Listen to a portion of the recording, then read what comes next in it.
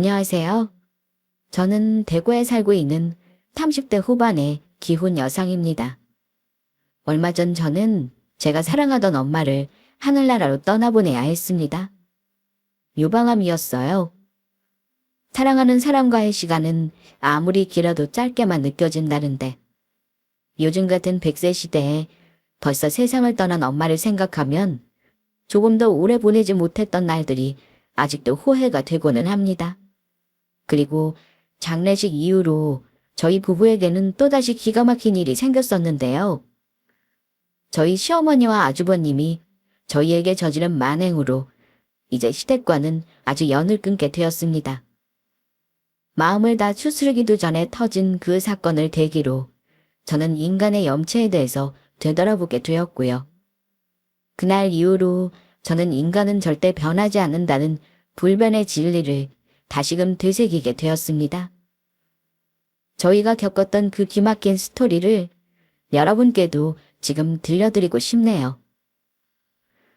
저는 29살에 남편과 결혼을 했습니다. 9세에는 결혼을 하지 않는다는데 저희는 그 해에 결혼을 할 수밖에 없었습니다. 속도 위반을 했었거든요. 지금이야 눈에 넣어도 아프지 않을 딸아이를 낳은 걸 절대 후회하지 않지만 사실 그때는 정말 당황스럽기는 했었습니다. 모든 걸 순서대로 하고 싶었고 무엇보다 그 나이에 결혼할 생각은 없었거든요. 하지만 저희는 다 큰 성인 남녀이니 이 아이에 대한 책임을 지기로 했고 서둘러 양가에 인사를 드린 후 결혼을 진행했습니다. 저희 결혼은 그나마 연애를 한 지 3년이 넘었기 때문에 서로에 대해서 확신이라도 있었던 게 다행이었죠. 그런데 제가 사는 곳은 아직도 보수적인 사고가 많이 남아있는 지역이다 보니 속도 위반으로도 아홉수로도 저희는 주변에서 꽤나 많은 이야기를 들어야 했었는데요. 이 결혼을 못마땅해 했던 사람 중 한 명이 바로 저희 시어머니였습니다. 순서를 지켜야지. 너희가 어디 한두 살 먹은 애들도 아니고 배울 만큼 배웠다는 아이 많은 애들이 이게 뭐니? 죄송해요. 일이 그렇게 됐습니다. 그래도 어쩌겠어요. 이미 이렇게 됐는데 결혼해야죠. 내가 동네 창피해서 살 수가 없다 정말. 남들이 뭐라고 하겠어. 이런 건 어디서 듣도 보도 못한 일이다. 첫인사를 드리러 간 자리에서 예비 시어머니는 침까지 튀겨가면서 일장연설을 하셨습니다. 조상님 뵐 나체, 동네 이웃까지 동원하시면서요. 저희 집에서도 물론 싫어하시기는 했는데 이 정도의 반응은 아니었죠. 어쨌든 싫어하시는 것도 이해는 간다 싶어서 저희는 그저 입을 꾹 다물고 죄송하다는 말씀만 반복해서 드렸던 기억이 납니다. 그런데 웃긴 게 뭔지 아세요? 남편은 큰형 되시는 아주버님도 바로 속도 위반으로 결혼을 하셨다는 거예요. 그래서 못 살고 있느냐 하면 그 뒤로 애들도 셋이나 낳고 잘 살고 계시고요. 그 사실을 알게 된 저는 남편에게 그때도 시어머니가 지금처럼 싫어하시냐고 물었습니다. 그랬더니 그때는 아무 말씀도 없으셨다고 하지 뭐예요. 오히려 기왕 이렇게 된 거 더 배불러 오기 전에 서둘러 결혼식을 하자고 재촉하기만 하셨다더라고요. 조금 황당했죠. 어디서 듣도 보도 못한 일이라고 하시더니 이번이 두 번째였다는 사실이에요. 하지만 그때는 그때고 어쨌든 지금은 또 싫어지실 수도 있겠다 싶어서 저는 그러려냐고 넘어갔습니다. 나중에 상견례 자리에서도 순서 운운하시는 바람에 화가 난 친정 부모님을 달래느라 남편이 진담을 흘린 적이 있기는 했지만요.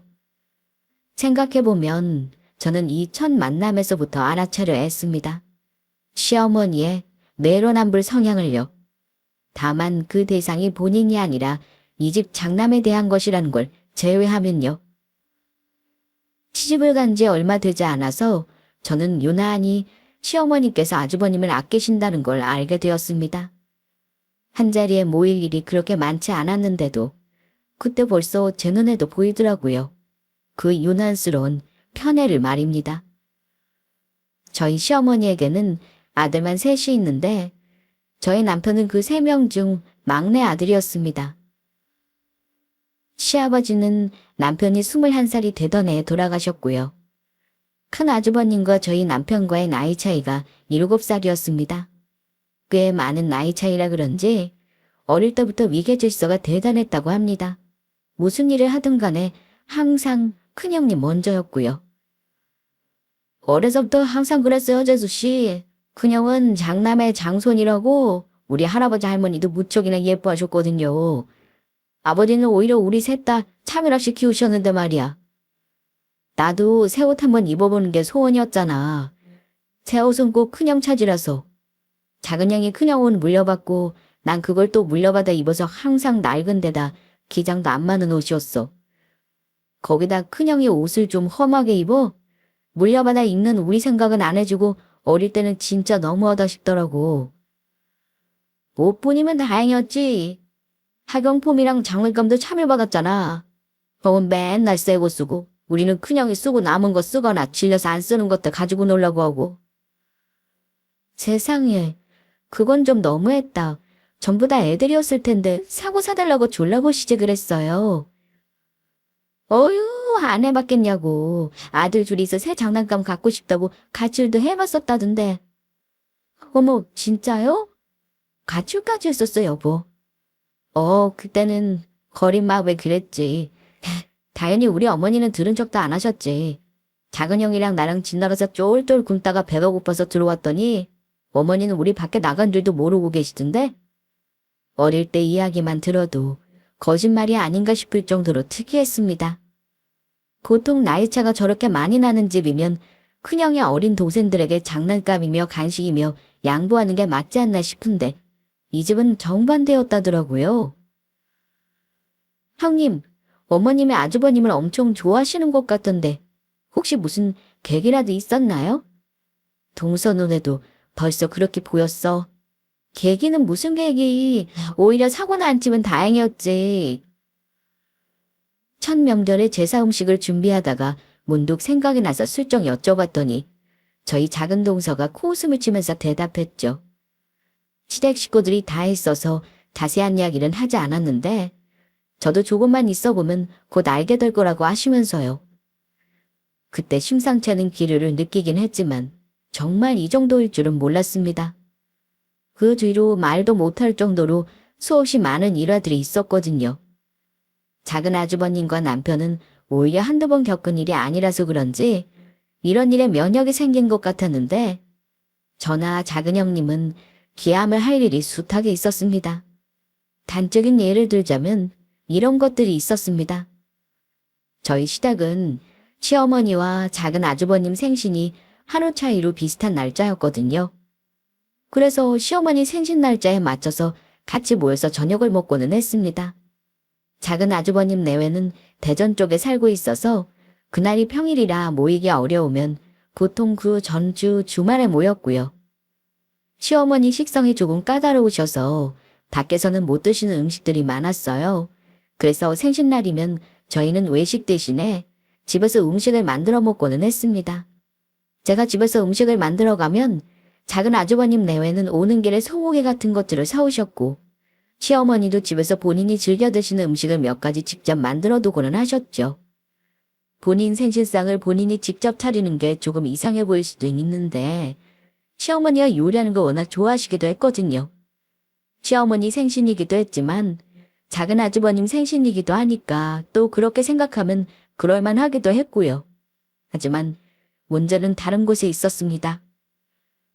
어머님, 저희 왔어요. 어서 들어와라. 빨리들 좀 오지. 왜 이제야 오니? 차 너무 막히더라고요. 저희가 더 일찍 왔어야 했는데 재수씨 혼자 음식하느라 고생하셨겠네요. 아니에요. 저희도 조금 전에 왔어요. 이번에는 제가 주말 출장이 있어서 어머님 음식을 거의 다 해놓으셨더라고요. 그러셨어요, 어머님? 힘드셨겠어요. 큰아주버님네는 아직 안 왔어요? 조금 늦는다더라. 걔네는 평일에 바빠서 많이 피곤하잖니. 내가 다 모이고 나면 천천히 오라고 했다. 시어머니의 말씀에 저희는 모두 숨을 지었습니다.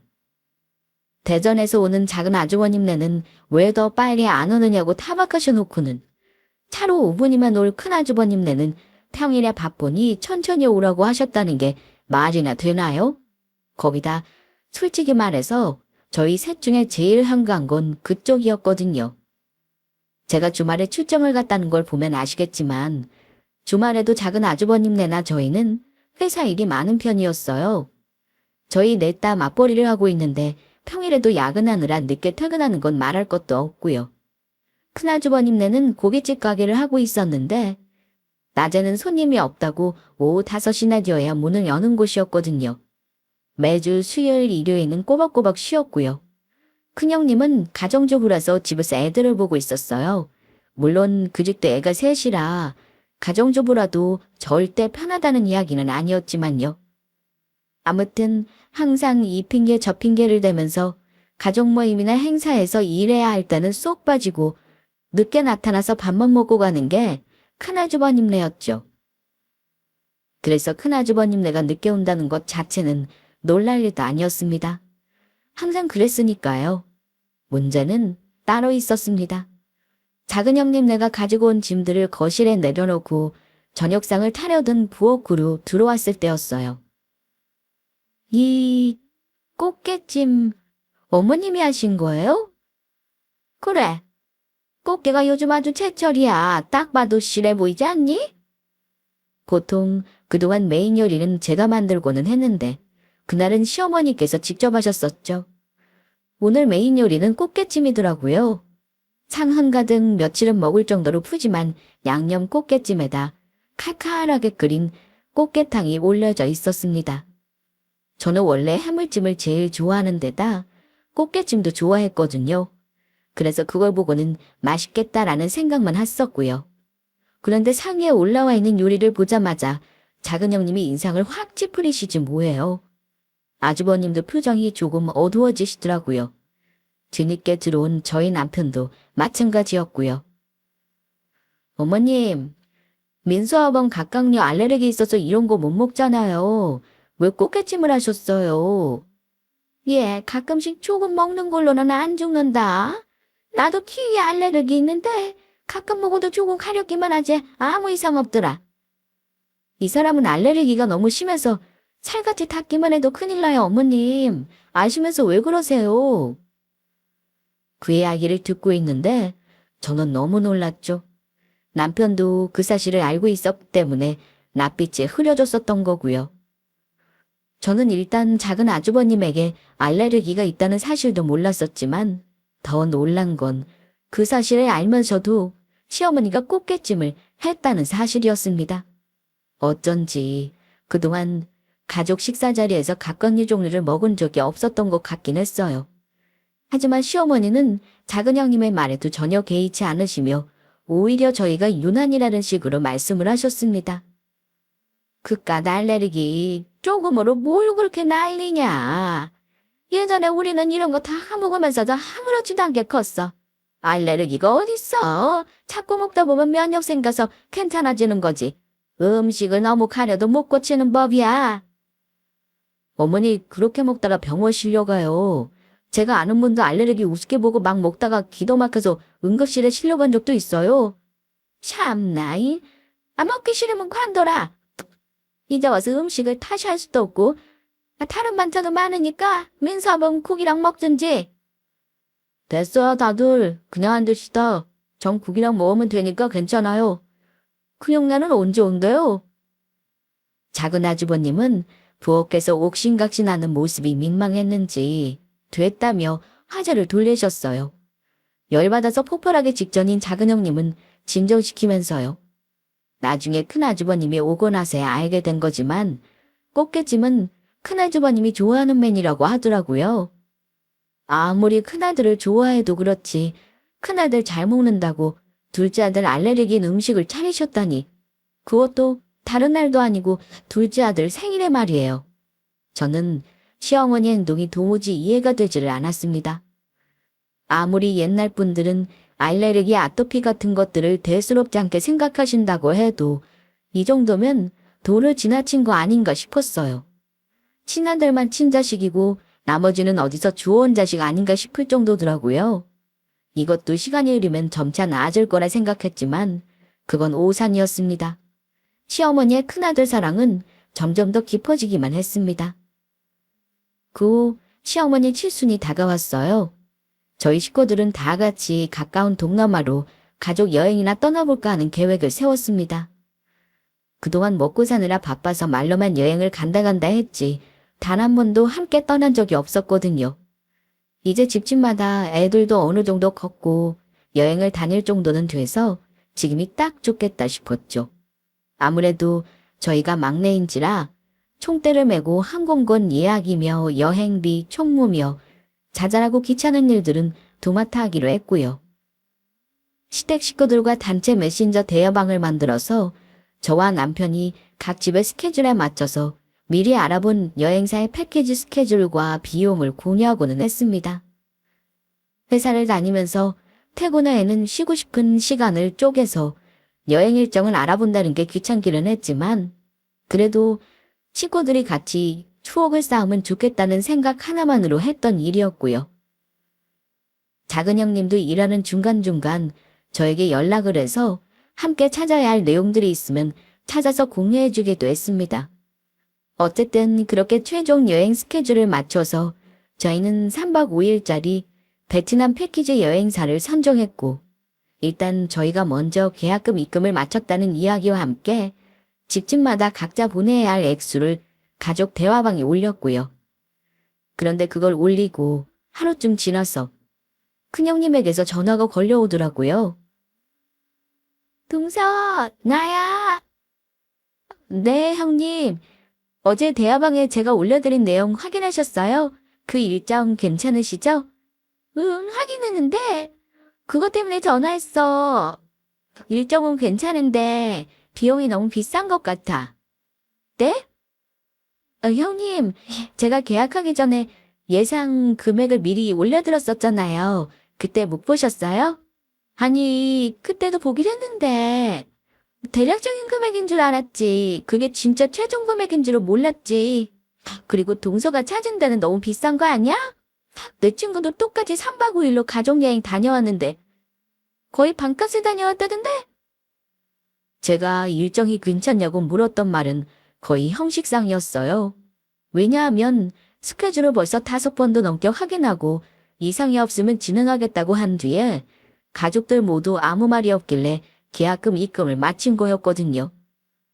뒤늦게 비싸다고 하는 것도 어이가 없었지만 그 뒷말은 더 황당했습니다. 혼자서 알아보느라 고생했다고 말하지는 못할 망정 친구가 더 싸게 다녀왔다니요. 비용을 더 줄일 수는 있는데 그렇게 하면 어머님이 너무 고생하실 것 같아서요. 형님 친구분이 반값에 다녀오셨다는 패키지는 대충 어떤 건지 알겠는데 저희는 그렇게 가면 어머님이 너무 힘드세요. 평소에도 걷는 것도 싫어하시잖아요. 잠자리랑 음식도 좀 까다로우시고 호텔 괜찮은 곳으로 잡고 이동도 편하게 하려면 이 정도 금액은 잡아야 하더라고요. 그래? 그래도 조금 더 싸게 할 수 있었을 것 같은데. 어떻게 다른 곳으로 다시 예약하게 환불은 안 돼? 지금 다른 곳으로 변경하려면 위약금이 절약한 금액만큼 나올걸요? 다시 저희 출발하려는 일정에 맞춰서 잡으려면 기한이 촉박해서 더 비싼 패키지만 남았을 거고요. 이번에는 어머님 칠순 기념으로 가는 전 여행이니까 조금 무리해서 가시는 게 좋을 것 같아요. 이제 와서 환불을 한다는 게 말이 되는 소린가요? 저는 순간 화가 나려고 했지만 마음을 진정시키고 차분히 큰형님을 달래면서 사정을 다시 설명했습니다.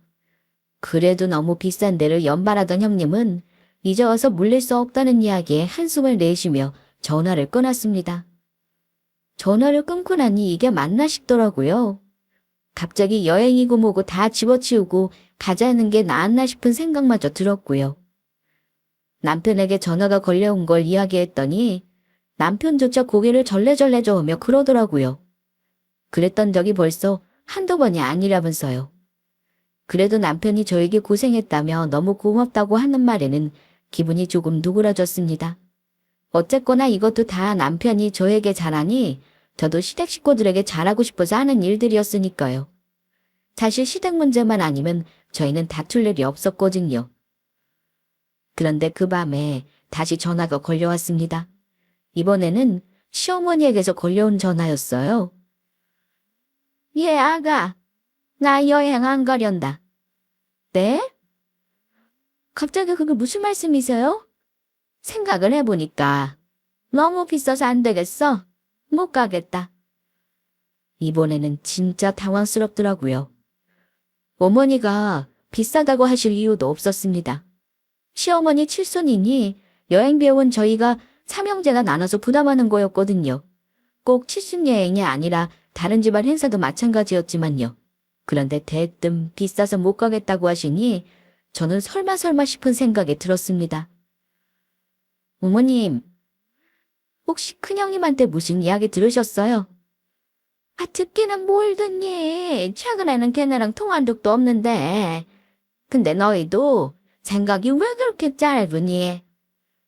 첫째는 너희처럼 휴가 신청만 하고 놀러가도 월급이 따박따박 나오는 데도 아니고 여행 가려면 고깃집 문도 닫아야 하는데.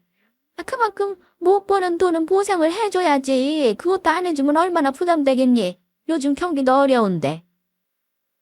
혹시나 해서 물었지만 역시나 제 예상이 맞았습니다. 시어머니의 저런 화법을 예전이라면 미처 몰랐겠지만 이제는 아주 익숙하게 잘 알고 있었거든요. 저 말씀은 큰형님네와 이미 통화를 마쳤고 그쪽에서 보는 손해만큼 계산해서 비용을 다시 책정해야 하지 않겠냐는 뜻이었습니다. 어머님, 자영업이 원래 다 그런 거잖아요. 여행을 가려면 문 닫고 가는 게 당연하죠. 그런 것까지 생각하면서 가는 거고요. 저희도 휴가 신청하려면 가기 전에 야근하면서 미리 일 끝내놓고 가는 거예요. 그리고 이제 와서 못 가겠다고 하시면 어떡해요. 아, 나는 그런 건 모르겠고. 아무튼 너희끼리 다시 의논해서 얘기해라. 나는 할 말은 다 했으니까 이만 끊는다. 아, 진짜 이제는 더 이상 할 말도 없더라고요. 다음날 날이 밝자마자 저희는 작은 아주버님네와 함께 이 일을 의논했습니다. 당연히 작은 아주버님과 형님도 황당해 하시더라고요. 진짜 여행이고 뭐고 다 집어치우자는 소리가 목 끝까지 올라오려고 했는데 간신히 참았죠. 결국 큰아주버님네는 여행 비용을 절반만 부담하기로 했고 저희끼리 나머지 금액을 추가로 더 보태기로 했습니다. 그 집은 조카가 셋이나 따라가서 애가 하나씩 있는 저희나 작은 아주버님네보다 비용도 더 들었는데 말이에요. 그리고 앞으로는 이런 상황까지 염두에 두고 최종의 최종 합정까지 재차 확인을 해야겠다는 교훈을 얻었습니다. 아니면 여행을 가지 말든가요. 이렇게 시어머니의 큰아들 사랑은 단순히 시어머니만의 문제가 아니었습니다. 이런 일이 계속되면 염치도 없어지는 건지 장남임에도 불구하고 동생 내 금전적인 부담을 시키는 건 당연한 일이 되더라고요. 이럴 때는 뒤로 쑥 빠지면서 제 것을 챙겨야 할 때는 누구보다 먼저 나서서 본인 권리를 주장하는 것도 마찬가지였고요. 이때까지만 해도 저희는 그래도 나이 드신 시어머니가 바뀌시겠냐며 조금 참자는 생각을 하고 있었습니다. 하지만 몇 년이 지나 둘째 형님네가 완전히 등을 돌리게 된 계기가 있었습니다. 저희는 원래 각 집이 돌아가면서 시어머니에게 매달 용돈을 붙여드리고 있었거든요. 많은 액수는 아니었지만요. 시아버지가 남겨주신 저축을 제외하고는 경제활동을 안 하시는 시어머니가 가끔씩 친구도 만나서 맛있는 것도 사드시고 편하게 지내셨으면 해서 붙여드리는 돈이었어요. 그런데 시어머니가 임플란트를 하셔야 할 것 같은데 돈이 없다고 하시지 뭐예요? 저희가 보내드린 용돈이 너무 부족했나 싶은 생각에 놀라서 사정을 알아봤더니 글쎄 저희가 보내드린 돈이 모두 큰아주버님 내에 들어갔다는 겁니다. 그게 무슨 말씀이세요? 그럼 지금까지 저희가 보내드린 걸 모두 모아서 큰형네에 주셨다고요?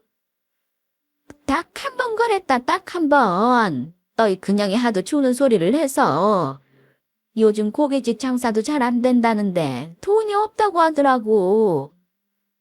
큰형이 돈이 왜 없어요? 재작년에도 큰형한테는 어머니가 땅 담보로 대출받아서 돈 빌려주셨잖아요. 그게... 청호 걔가 하도 애가 착해서 그래. 그 도목하자고 하는 놈이 순진한 애를 꼬드겨가지고 사기를 쳤다지 뭐니. 사기라뇨? 무슨 사기요? 그냥 또 뭐 사고 친 거예요? 시어머니가 주저하면서 꺼낸 이야기를 듣고 저희 모두는 기절을 할 뻔했습니다. 큰아주버님에게는 고깃집을 같이 운영하는 동업자가 있었습니다. 지분을 정확히 절반씩 대서 사업을 하고 있었던 거죠. 그런데 그 동업하는 사람이 예전부터 질이 별로 좋지 않은 데다가 사기꾼 비슷한 냄새가 나서 저희가 예전부터 계속 관계를 끊으라고 말해오던 참이었거든요. 지분을 모두 인수하든지 해서 손절을 하라고요. 시어머니도 그 얘기만큼은 동의를 해서 그 사람 지분을 돌려주라고 땅을 담보로 대출받아서 큰아주버님께 주셨던 거고요. 그 뒤로 고깃집은 100% 큰아주버님의 소유가 됐습니다. 하지만 기껏 대출을 받아준 보람도 없이 그 사람이 제의한 또 다른 사업에 덜컥 투자를 했다는 겁니다. 지금 살고 있는 아파트를 담보로요. 그 사업이라는 게 뭔지 제대로 알아보지도 않고 투자금만 못했고 동업자가 연락이 안 돼서 놀라 알아보니 이미 그 돈을 들고 다른 곳으로 나른 이유였다고 합니다. 당장 아파트가 넘어가게 생겼다며 전화가 와서 우는 소리를 해대는 바람에 마음이 급해진 시어머니가 용돈을 쓰고 남은 돈을 전부 털어보내줬다고 했고요. 그냥 진짜 제정신이래요? 어디가 그런 짓을 또 해요? 이번이 벌써 몇 번째예요? 어머니도 마찬가지세요. 그걸 또 도와주시면 어떡해요?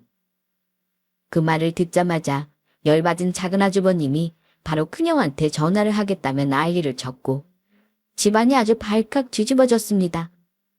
그런데도 오히려 큰아주버님은 당당하더라고요. 처음에만 조금 당황하더니 금방 갚을 거라며 뭘 그까짓 일을 이렇게까지 난리냐고 하면서요. 그 태도에 아주 질려버린 작은아주버님네는 앞으로 시댁과 인연을 끊겠다며 선언했고요. 시어머니가 바뀌지 않는 이상 더 볼 일 없을 거라는 말을 남기고는 그 뒤로는 시댁의 발길을 뚝 끊었습니다. 그때 저희도 그렇게 했었어야 했던 건데 홀로 남은 시어머니가 불쌍하기도 해서 모조리 인연을 끊지 못했던 게 문제였습니다. 그 뒤로도 시어머니와 큰아주버님네는 여전히 달라진 게 없었습니다. 큰아들 사랑은 손주 차밀로까지 이어졌고요. 어느 날 시어머니가 큰집 조카들과 저희 집 애들까지 차별하는 걸 보고 나서야 저희 부부는 이제 이 일방적인 관계에도 지긋지긋한 염증을 느끼게 되었습니다.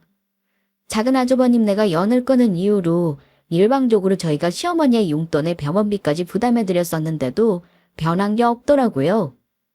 애들까지 차별 대접을 받는 걸 보니 이제 할 만큼 했다는 생각이 들었습니다. 그렇게 저희도 시댁과는 완전히 인연을 끊었습니다. 그 뒤로 1년쯤 지났을까요? 저에게도 큰일이 생겼죠. 앞서 말씀드렸던 것처럼 저희 엄마가 유방암 투병을 하시다 돌아가시게 된 거였어요. 발견했을 때는 이미 늦은 시기라 어떻게 더 손을 써볼 수도 없더라고요. 그렇게 우이슬이 발전했다는데도 엄마에게는 해줄 수 있는 일이 없다는 게 저를 힘들게 했었습니다. 남은 시간 동안 저는 엄마와 함께 최대한 시간을 같이 보내려고 노력했습니다. 그동안 남편은 아이를 전담해서 케어하며 제가 엄마와 있을 수 있게 배려해 주었고요. 그동안은 본인 엄마를 위해 노력해줬으니 본인과 아이는 전혀 신경 쓰지 말고 엄마와 함께 휴직하고 여행을 가든 뭘 하든 제가 하고 싶은 대로 하라고 하더라고요. 그렇게 엄마의 시간을 딱 6개월쯤 더 보낸 뒤 저는 엄마를 아빠가 계신 하늘나라로 보내주게 되었습니다. 짧은 작별이 힘들었지만 엄마가 더 이상은 아프지 않을 거라는 생각을 하면 조금이나마 위안이 되더라고요. 엄마는 저에게 이제 고생하지 말고 그저 행복하고 편안하게 살라는 말을 남기고 떠났습니다. 걱정할 엄마를 위해서라도 이제는 저도 제 행복만을 생각하면서 더 열심히 살아야겠다는 다짐을 했고요. 그렇게 엄마를 보내고 나서 도무지 마음이 잡히지를 않아서 저는 혼자서 한 달쯤 여행을 다녀왔습니다. 남편은 일을 해야 해서 같이 떠날 수가 없었죠. 아이는 제가 없는 동안 낮 시간에는 이모가 와서 봐주셨고요. 그렇게 여행을 다녀오자 마음이 많이 추스러졌습니다. 아직도 핸드폰에 남은 엄마의 사진을 보면 눈물부터 터지기는 했지만요. 그렇게 집으로 돌아와 회사에서도 복직 신청을 하고 엄마의 유품 정리를 하면서 시간을 보내고 있던 와중이었습니다. 갑작스럽게 남편에게 큰아주머님에게서 전화가 걸려왔습니다. 그동안 시댁의 연락을 거의 받지 않았던 저희였지만 연달아 몇 번을 계속 울리는 전화에 큰일인가 싶어서 결국 전화를 받았죠. 뭐라고? 알았어. 지금 바로 갈게. 남편이 당황한 얼굴로 황급히 전화를 끊더라고요. 저는 무슨 일이냐고 물었죠. 큰아주머님 말로는 시어머니가 갑자기 쓰러져서 위독하시다는 겁니다. 지금 병원에 계시는데 급한 얘기는 넘기기는 했지만 당장 어떻게 되어도 이상하지 않다고 하면서요. 임증이라도 지키려면 지금 당장 오라는 이야기였습니다. 다른 것도 아니고 생사가 오간다는데 그간의 일이고 뭐고 생각할 겨를도 없었죠. 저희는 그 길로 당장 급하게 옷을 갈아입고 문자로 알려준 병원 중환자실로 달려갔습니다. 그런데 도착했더니 조금 이상했습니다. 시어머니가 중환자실에 안 계시더라고요. 큰아주버님에게 전화를 걸었더니 일반 병실 호수를 알려주면서 여기로 오라고 하셨어요. 저희는 의아했지만 어쨌든 병실로 또 뛰어들어 올라갔습니다. 1인실이었어요. 병실 문을 벌컥 열고 들어갔더니 침통한 얼굴의 큰아주버님과 큰형님 그리고 누워 계시는 시어머니가 보였습니다. 어머니, 어떻게 된 거예요? 괜찮으세요? 이게 갑자기 무슨 일이에요?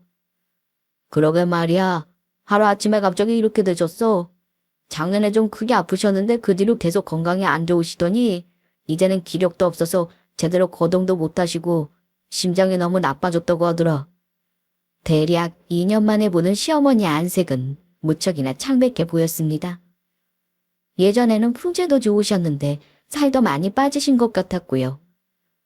병원복이라는 게 원래 멀쩡한 사람도 아파 보이게 만드는 효과가 있기도 했고요. 남편은 얼른 베드 옆으로 달려가 시어머니의 손을 꼭 잡았습니다. 그러자 시어머니가 힘겹게 눈을 뜨셨어요. 원래 심장 쪽에 지병이 있으시기는 했거든요. 그래서 정기검진을 다니시면서 계속 추적 관찰을 했었고요.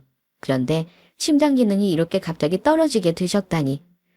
심장에 문제가 생기면 병원에서도 할 수 있는 일이 별로 없어서 항상 조심하라는 말을 들어왔는데 이렇게 갑자기 쓰러지실 줄은 몰랐던 거죠. 작년에 크게 아프셨다는 말에 저와 남편은 죄책감이 들었습니다. 작년에 연락을 거의 안 했었으니까요. 조금이나마 일찍 알았다면, 그래서 병원에 진작 모시고 갔었더라면 이런 일이 없었을까 싶은 늦은 후회가 들었죠. 제가 친정엄마를 떠나보낸 직후라 더 그런 생각이 들었고요. 아가, 네, 저 여기 있어요, 어머니. 그런데 눈을 뜬 시어머니는 아들인 남편 대신 저를 먼저 찾으시더라고요. 저는 얼른 남편과 자리를 받고 시어머니의 옆에 가서 앉았죠. 제 얼굴이 잘 보이시게요. 오늘 내일 하신다는데 생각보다 목소리가 칼칼하셨어요. 하지만 그때는 너무 놀라서 정신이 없는 나머지 거기까지 생각할 겨를이 없었고요. 시어머니는 제 손을 잡으며 그러셨어요. 내 마지막 소원이 있어서 떠나기 전에 보자고 했다. 어머님, 그런 말씀 마세요. 잘 치료받으면 회복해서 금방 태어나실 거예요. 아니야, 나는 틀렸어. 가기 전에 너희들 얼굴이나 보고 할 말이 있어서 불렀어. 어머니도 참. 일단 말씀하세요. 뭐든 해드릴게요. 저희는 쌕쌕거리는 숨소리 사이로 들리는 시어머니의 목소리에 최대한 집중을 하려 노력했습니다. 정말 이게 마지막 유언일지도 모른다는 생각에서요. 그런데 시어머니의 입에서 나온 말은 저희가 생각지도 못했던 이야기였습니다. 아가, 네가 사돈이 돌아가시면서 받은 돈이 있다며 10억이라고 들었는데. 네? 돈이요? 뜬금없이 저희 엄마가 유산으로 남긴 돈을 얘기하시더라고요. 그것도 누구한테 들은 건지 액수까지 거진 정확하게 맞추셨고요. 엄마가 살고 계시던 아파트를 처분하고 그간 모아두셨던 예금을 물려받으니 저에게 최종적으로 넘어온 돈이 10억쯤 됐었거든요. 도대체 무슨 말씀을 하시려고 갑자기 이 말이 나왔나 싶었죠. 그 돈 절반만 떼서 청우한테 주면 안 되겠니? 너희는 그 돈 없어도 둘 다 돈 잘 벌고 잘 살고 있잖니. 내 마지막 소원이니 꼭 들어주거라. 기가 막혔습니다. 저한테 그 말을 꺼낸 이유가 알고 보니 큰아주버님에게 제가 받은 유산을 떼어주라는 이야기였던 겁니다. 그것도 무려 절반이나요. 저는 순간 황당해서 맞은편에 서 있던 큰아주버님의 얼굴을 쳐다보았죠. 그랬더니 제 눈을 피하며 계속 슬픈 표정을 짓고 계시더라고요. 큰아주버님한테 돈을 주라고요. 아, 지금 저한테 그렇게 말씀하신 거예요? 그래, 딱 5억만 떼서 주면 돼. 청우 가게가 너무 어려워서 그래. 주는 게 좀 그러면 빌려주는 걸로 해라. 청우가 나중에 꼭 갚을 거야.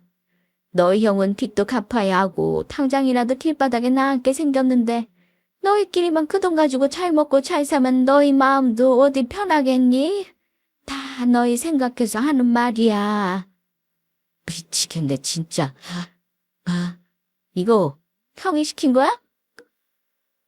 시켰다니 무슨 소리야? 나도 처음 듣는 이야기인데. 이 이야기를 듣고 남편은 곧장 큰아주머님에게 따지듯 물었습니다. 황당해서 저는 웃음이 다 나더라고요. 참, 아프다는 사람한테 뭐라고 할 수도 없고 마지막까지 한결같다는 생각만 들었습니다. 우리 엄마가 암투병한다는 소식도 들었을 텐데 그때는 문병 한 번 안 왔던 사람들이 이제 와서 우리 엄마가 남겨준 돈을 넘겨달라니요. 문병뿐인가요? 그거에도 얼굴 한 번 안 비쳤던 인간들이에요. 하다못해 장례식이라도 왔었으면 이 정도로 기가 차진 않았을 겁니다. 저는 고개를 저으면서 자리에서 일어났어요. 남편은 더 들을 것도 없다면서 제 손을 잡고 병실을 나서려고 했고요.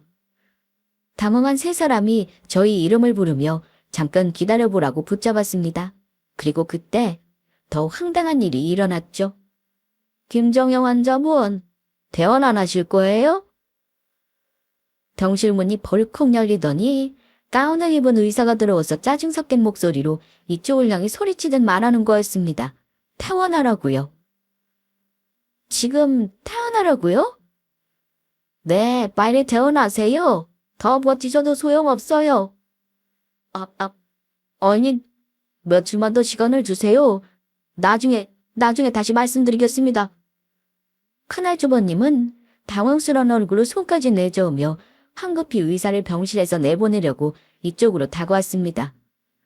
저희는 순간 병원에서 더 이상 해줄 것이 없어서 호스피스 병동으로 내보내려는 건가 싶은 생각이 들었습니다. 흔히들 있는 일이었으니까요. 하지만 저희의 예상과는 다르게 의사의 목소리가 한층 더 짜증스러워지더라고요.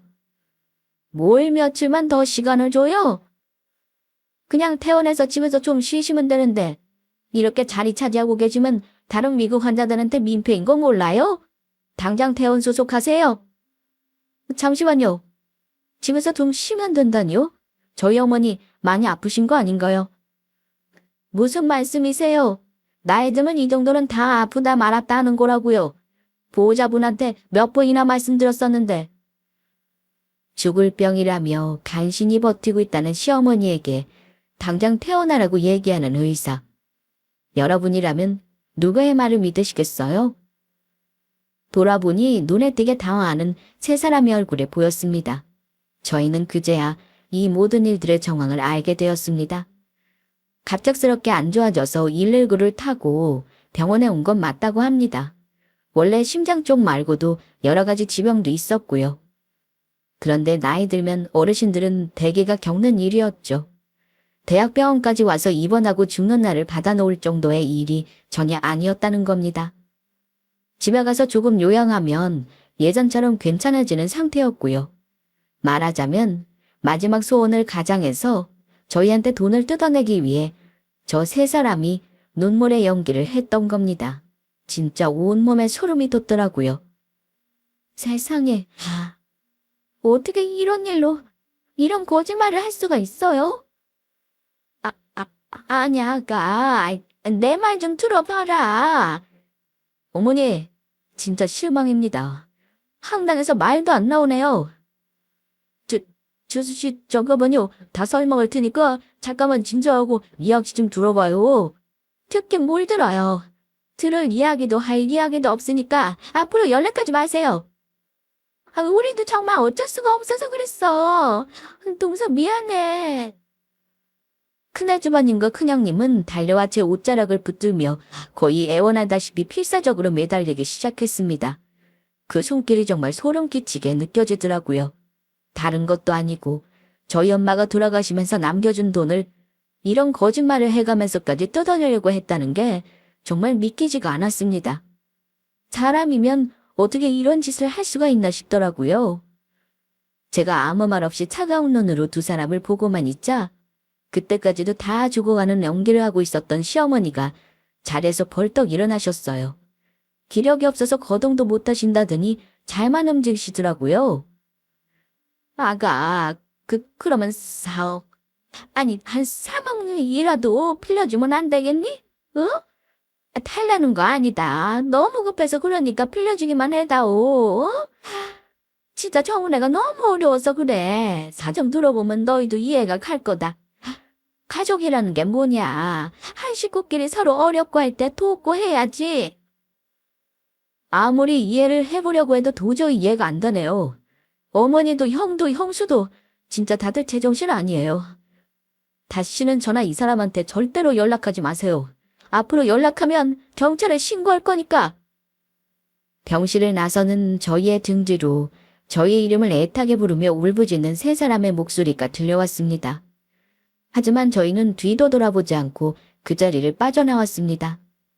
돌아오는 길에 너무나 충격을 받은 나머지 저나 남편 그 누구도 입을 열지 못하고 있었죠. 그저 끝도 없이 한숨만 나오더라고요. 어떻게 이런 일이 생겼나 싶었습니다.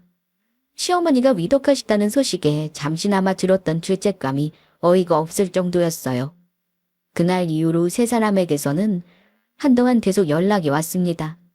저희 아파트 앞으로 몇 번 찾아오기도 했고요. 다시는 연락하지 말라는 저희의 경고도 소용이 없었죠. 큰 소리까지 나고 동네 소문이 다 날 정도가 되어서야 결국 세 사람과의 인연은 끝이 났습니다.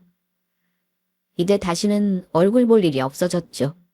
앞으로 정말로 시어머니가 돌아가실 때가 되어서야 모이게 되는 걸까 싶었습니다. 적어도 시어머니가 정신을 차리시기 전에는 이 인연은 다시 이어지기 힘들다는 게 맞겠죠. 하지만 아마도 그렇게 될 일은 없어 보였고요. 정말로 인연을 끊고 나니 속은 시원해졌습니다. 만나지 말아야 할 인연은 진작에 이렇게 했어야 했나 싶은 생각이 들더라고요. 작은 아주버님이 그러더라고요. 우리가 조금 더 일찍 연락이 끊었더라면 오히려 시어머니나 큰아주버님 내가 정신을 차렸을지도 몰랐을 것 같다고요. 이제는 늦어버린 후회였지만요. 저와 남편은 이제 시댁 일에는 신경을 끊고 저희 세 식구의 일에 조금 더 신경을 쓰기로 했습니다. 저희 엄마의 마지막 소원처럼 제가 행복하고 마음 편하게 사는 게 앞으로 제가 제일 신경 써야 할 일인 것 같았거든요. 제 주변에도 저희 시댁처럼 이렇게 딸은 놔두고 아들만 편애하거나 혹은 장남만 편애하는 집안이 아직도 예전처럼 많지는 않아도 꽤 있는 걸로 알고 있습니다.